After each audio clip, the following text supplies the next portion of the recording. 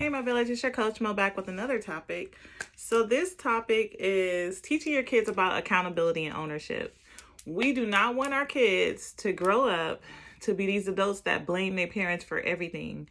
That, oh, it's my fault, not my fault, it's my parents' fault for this. A lot of times it might be their parents' fault, but once you're an adult, you have the ability to fix it, to heal, to go to therapy, go to coaching, counseling, whatever it is you need to do to fix and heal your unhealed childhood trauma. That's your accountability. That's your job, because after a certain age, you can no longer blame the person that causes trauma on you. All you can do is fix it and heal from it. But we don't want your kids to forever always be like never held accountable for things that they did. I show my son consequences. No, I don't physically abuse him, but if he get a bad grade, your shit is being taken. Like, you know what you did. We have those conversations. I'm one of those gentle parents where I seek to understand. I seek to understand why, because no kid do anything for no reason. And I have a book about that, 5 Easy Ways to Change Your Child Life. If you guys want a copy, let me know. I'll probably drop a link where you guys can download it. Because it's an ebook, but I wrote it about almost 5 years ago, my first year in business. So it's about to be 5 years. So yeah, I wrote it about 5 years ago, and it's 5 Easy Ways to Change Your Child's behavior. And it starts with us. We are the ones that teach them these things. When they never see us be accountable or own up to something, especially if we lie to our kids their whole life about Christmas, Santa, Easter Bunny, then they figure out later on, they lose trust in you. They're like, you lied to me my whole life. So that's why I don't fall into that thing. And that's why I choose not to raise my kid that way. But each person do different. It's whatever you believe in. But I start off with the trust being good from the get-go. I'm not going to lie to you your whole life. And then you figure out later on, like, wow. But teach them how to own up to what they did wrong, understand what they did wrong, and understand what the consequences are and how they can do better next time. We have to sit down and explain these things. Have these conversations with your kid. I know sometimes it's time consuming. Sometimes you got to come meet them at their level. Don't always come in an authoritative type of position like you did. Be calm. Talk to them. That's the only way it works. In my book, I talk about when you yell at kids, their ears turn off. They don't hear nothing you said. It's just a natural thing. It's normal for them to do that because it's their defense mechanism. I have to protect myself because they're yelling. So now I'm on a defense. So calmly talk to them and tell them about the consequences. Talk about how they could do better next time. Reward them when they do better. These are things that we have to teach our kids, because if we don't teach them, the street sure will. Higher authority figures sure will. Somebody else's parents sure will. But yeah, teach them accountability and ownership. My son will deny, and then I'd be like, I'm not going to be mad at you. Just tell me the truth. Then he'll tell me the truth, but I don't interrogate him. I give him time to think about it. Sometimes boys take longer, just like men, to process what you said. And sometimes we can give them full mouthful. And especially if your kid is like have anxiety or ADHD or autistic, they need to simplify, because I worked with talking to kids that have different disabilities.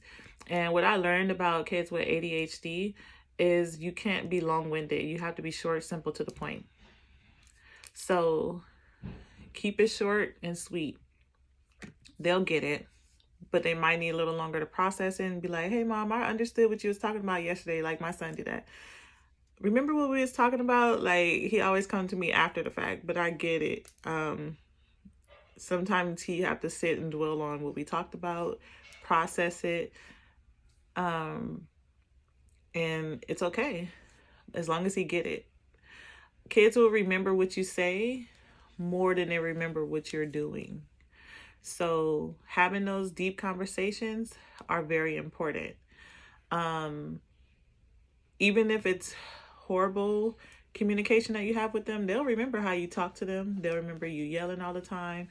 Those things are embedded for life. Sometimes they're traumatizing. Sometimes they're damaging. Sometimes they're triggered when someone is telling them or talking to them the same way, another authority figure, and they're triggered because they're like, wow, this reminds me of my childhood. My mom was always nagging and yelling at me for not doing something right. And then here they are with a spouse that's doing the same thing. Childhood trauma, it triggers them. So come to them in a calm way, but that's the way they're going to retain the information. Just because they don't get it right then and there, don't mean they don't understand. You can ask them, did you understand what I said? Repeat it to me, because sometimes I got to do that, especially with boys. Their attention span just woo right over their head, and you got to be like, what did I say? Can you repeat it to me? So I do that every so often when I'm talking to my son, be like, what did I say? Just to make sure that he's engaged and that he understood and that he's comprehending. But be patient with these kids, but talk to them, talk to them, talk to them. You might learn something. My son teach me a lot every day, but I teach him a lot as well. But you got to have that open communication. You got to be calm with them. You got to show them love, hug them, reward them. Most kids' love language, I always talk to my clients about learning your kid love language. You can go to 5lovelanguages.com. You can do the test for adults and you can do it for kids. Most kids' love language is gifts. So what I used to do was load up a bucket. I'll buy a bucket at the 99-cent store or Dollar Tree. And I'll buy a whole bunch of dollar toys, coloring books, crayons, different things like that he liked to collect, cars. And when he did something good, I would reward him. And he's still like that. Gifts is still his reward. So now we do gift cards, or I give him cash so he can have some little spending money in his pocket or whatever. But he like rewards because he feel like you love him because you buy him gifts, or you show your appreciation through gifts, because that's his love language. But he know my love language is affirmation. So that's why 20 times a day he's like, Mom, I love you. Mom, thank you for all that you do. I appreciate your hard work. Like, he know that's my love language. So I had to learn him as well as he had to learn me. And I'll talk about that in another video, because I have icebreaker cards that help you with getting to know your kid better, your kid getting to know you. And I don't have it on me right now, but I'll show you what the icebreaker cards look like. And I'll do a video on that soon. But until next time, Coach Mo out.